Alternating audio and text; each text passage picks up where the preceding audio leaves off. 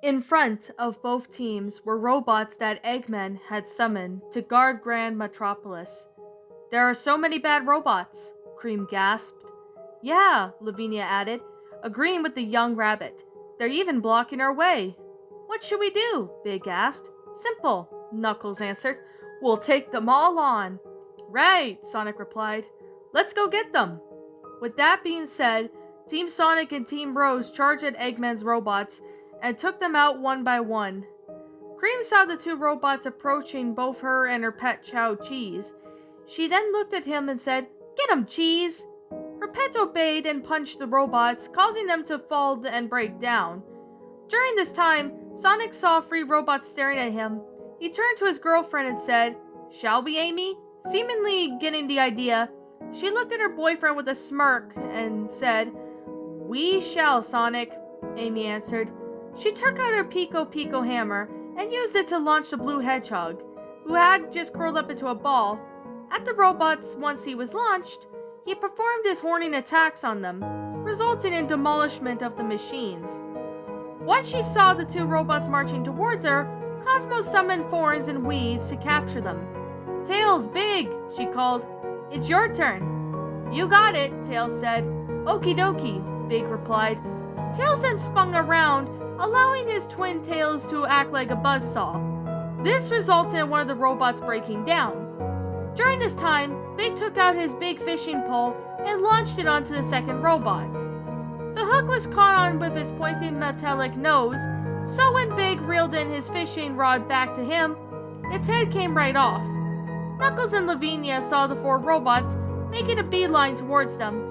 They looked at each other with determination. You ready for this next? Lavinia asked with a sly grin. Ready when you are, Vini, Knuckles replied to his girlfriend. Returning a grin, the black cat wrapped her hand around her red Echna's wrist and twirled him around at least 5 times. On the 5th round was complete, she launched him into the air. Knuckles dived downward fist first and shouted, Drill Claw! He twirled around until he landed on the robots, immediately destroying them. An army of robots were defeated within the matter of seconds because Team Sonic and Team Rose were able to work together to take all of them down. Nice work, guys, Sonic announced. Everyone gave each other a high five, an accomplishment of their hard work. As they were quieting down, Cream discovered a blue glowing ball. What do you think this is? She asked. Sonic took a notice of it too, because he walked up towards it to get a closer look. I don't know, he said. He held his hand out to reach, but once he contracted with the ball, his body began to glow blue as it went inside him. Whoa, Sonic gasped. What the heck just happened? Nobody was sure of how or even what occurred. That was until Cheese received a note and gave it to Tails. After a minute of reading, he said, That is a blue power core. The others looked at him with confusion. Power core? Amy asked. What's that? Big asked. They can harness the energy of power to those who have made contact with them, Tails explained. So when Sonic touched it, it gave him more speed power. Wow, Sonic said. That's neat. Who wrote it? Cosmo asked. It was from Belle, Tails answered. This left Sonic zoned out for a moment as he began to have flashback of his Belle individual. He remembered being lost in the dark woods until he discovered a robot made of oak wood. She was wearing a green cap, green overalls, and a pink shirt with a white collar, and pink Mary Jane shoes. Hello there, the robot said. Her voice was high-pitched and soft, and she was reserved. Are you okay? Sonic looked at her and nodded his head. Yeah, I'm just a little lost, though, he answered. Don't worry, she said. I can help you. You will? Sonic asked. The robot nodded her head and smiled. Thanks, ma'am, he said. You're awesome. You're welcome, she said. Allow me to introduce myself. My name is Belle, and you are... I'm Sonic the Hedgehog, Sonic said, introducing himself to Belle. The flashback ended with Tails calling his name. Sonic? Sonic? It was the second time that his name was called when Sonic snapped out of it. Huh? He asked. What's up? You've been zoning out, Tails explained. Are you okay? Amy asked, showing some concern for her boyfriend. Yeah, Sonic answered. I'm fine. It's just that I can't get this bell out of my head. He then placed his hand on his forehead and let out a quiet sigh. The more the name Belle came up, the more Sonic was able to remember her. I think I might have met Belle when I was so young, he said. I was lost in the woods during the night. She helped me find my way out of there. Was she made out of the same oak piece Froggy found? Big asked. Yeah, Sonic answered. She was.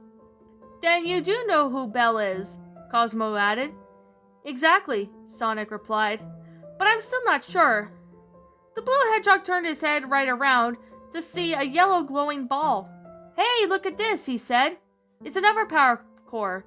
Tails took out his Miles Electric and examined it. There's more than one power core, he said. What do you mean, Tails? Cosmo asked. Each of them can make one faster, fly longer, stronger, and use magic longer. It depends on the hero type. Once Sonic comes into contact with the blue core, he is able to run faster, and his humane bat attack becomes stronger.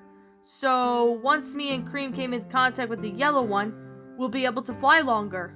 He then turned to the yellow rabbit and asked, Would you like to do the honor, Cream? I'd be happy to, Tails. Thank you, Cream replied.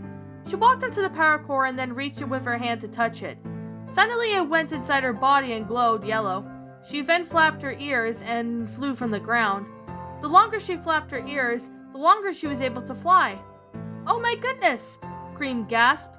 Cheese was then surprised by the revolution as well. Lavinia looked around and said, There are so many power cores here. Let's try them out, Tails said. Since she was the speed type, Amy then went to the blue goo power core, and Tails went to the yellow core because he was the flight type. Knuckles and Big went to the red cores, since they were the power types, whereas Lavinia and Cosmo went to the green ones, since they were the magic types. They all touched the cores and began to glow blue, yellow, red, and green as they absorbed the colors into their bodies.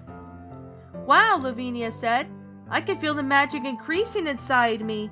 She then tested her magic, summoning a force field around her and her friends. That's so cool, Veenie, Amy said. Feeling herself becoming faster and stronger, Amy used her Pico Pico hammer and broke through Lavinia's force field. Neato, Ames, Lavinia said. Thanks, Amy replied with a giggle. We better get going before Dr. Starline can conquer the world, Knuckles said.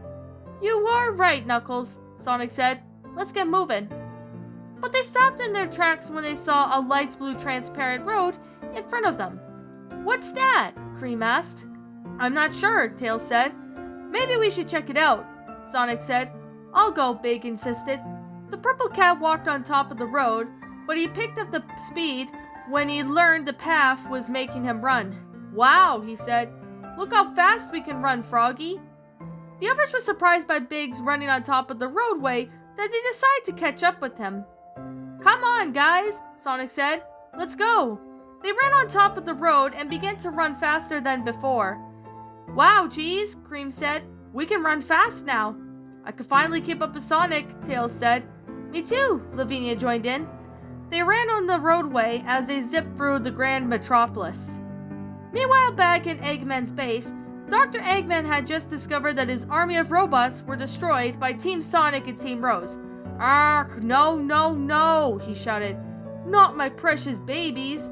I thought Eggette was your precious baby, Doctor, Orbot said. She still is. Eggman then answered, It's one thing to find out that my former colleague tried to gain access to the egg base Sigma to take my daughter there, but when it's really my enemy take down the robots, it's really time to get mad. Hey, boss, or Cubot said. What now? Eggman snapped. Look, it's Dr. Starling's truck, Cubot stated. The platypus is in the power core factory. The top screen then showed Dr. Starline arriving at the power core factory just west of the Eggman base. What in the world? Eggman asked. What is that platypus up to? But that's just when he was watched with surveillance. Orbot called the doctor. Excuse me, doctor, he stated, but there's a problem with the coffee machine. It won't start. Feeling rather frustrated, Eggman groaned and threw his arms up in the air before getting up from his seat. All right, he said. I'll help you fix it. He then walked over to his robotic minions to fix the coffee machine in the kitchen. At the Power Core factory, Dr. Starling parked his truck and announced their arrival to his coordinates. Well, everyone, except Mimic, has hyped up to enter the facility. On the other hand, Mimic was still sleeping. Mimic, Dr. Starling said, wake up, we're here. The octopus opened his eyes halfway and said, What was that, Doctor? We're here, Dr. Starling replied, at the Power Core factory.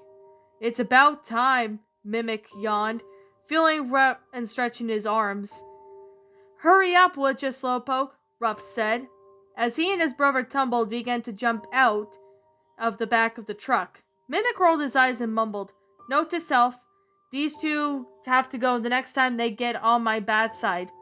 He then got out of the vehicle as well. Dr. Starline jumped out of the truck before helping Eggette off the vehicle. Thank you, Dr. Starline, Eggette said. My pleasure, Dr. Starline responded. Once everyone was out of the truck, the platypus reviewed the plan to his group. Now, ladies and gentlemen, this is the Power Core factory, he announced. This is where Dr. Eggman holds all the power cores for his robots, and this is where we'll find the first interferate. But first, I'll give each one of you an assignment. Dr. Starling turned to Mimic. Mimic, you disguise yourself as one of Eggman's robots, and then take them down with a laser gun. He then handed them the laser gun to the octopus, who smiled in a sinister manner. This is going to be fun, he said. The platypus then turned to the skunk brothers. Ruff and Tumble, you'll be with Mimic, he explained. Tumble, you will launch onto both Ruff and Mimic to take down the robotic guards down. And do not forget to open the gate by pushing down on the lever that is near to the inside of the facility. Okay, Ruff said. And don't forget to have some bots for me, bro, Tumble said, reminding his brother. You know I won't, Ruff stated. What about me, Dr. Starling? Eggette asked. Dr. Starling got down to her level and said, Eggette, my dear, you will stay with me as we enter the factory, okay? The little girl smiled at the platypus friend and said, Okay. All right, everyone, Dr. Starling announced. Now that you've got the drill, let's invade the station. Once everyone nodded and got their hands in response, Dr. Starling and Eggette raced back to the truck. While the skunk brothers and Mimic ran to the gate, Are you guys ready? Tumble asked. You know it, Ruff answered. While Mimic simply just nodded in response to Tumble's question, he lifted the two up and over his shoulders. Go for the long pass, Ruff said, encouraging his brother. I ain't gonna fumble, Tumble joined in. Don't bash the gimmick of the Ruff and Tumble, they exclaimed in enchanted and illusion. Would you please stop doing that? Mimic sighed out of annoyance. Just a few seconds, I'm already getting sick of these losers, he thought to himself. Not a moment to spare, Tumble threw Ruff and Mimic over the gate. They landed on the other side of the gate, and Ruff wasted no time to unleash his stink bomber attack. Smoke screen coming up, he called. He rolled up into a ball and let out a cloud of smoke that had an odd foul odor. Mimic coughed and held his nose up in disgust. Are you out of your mind? He asked. Nah, not really, Ruff answered. They won't be seeing you transform it anyway, so hurry up. Nevertheless, Mimic held his breath and began to form one of Egg Pawns, and then while Ruff went towards the lever to open the gate, once the smoke cleared up, Egg Pawn simply just waved, leaving the real Egg Pawns dazed and confused. But he took out his laser gun Dr. Starling handed him and zapped nearly every robot one by one. Outside of the gate, Tumble was pumped with energy that he can hardly wait another second. Come on, he muttered. Open the gate. I ain't waiting much longer. Suddenly the gate opened after his brother pulled the lever down, compromising the security systems in the facility. All right, Tumble cheered. He cheered and began to run down the gate and said, You better have saved some robots for me to take down. Seeing that his compartments finally gained access to the factory, Dr. Starling drove his truck through them. Now that's what I call a masterful execution, he said. He turned to his friend and asked, Wouldn't you agree, Eggette? I'll say, Eggette answered. Since they made it through the security and took down the guards, Dr. Starling and his group of bad guys could finally infiltrate the factory and take the power cores for themselves.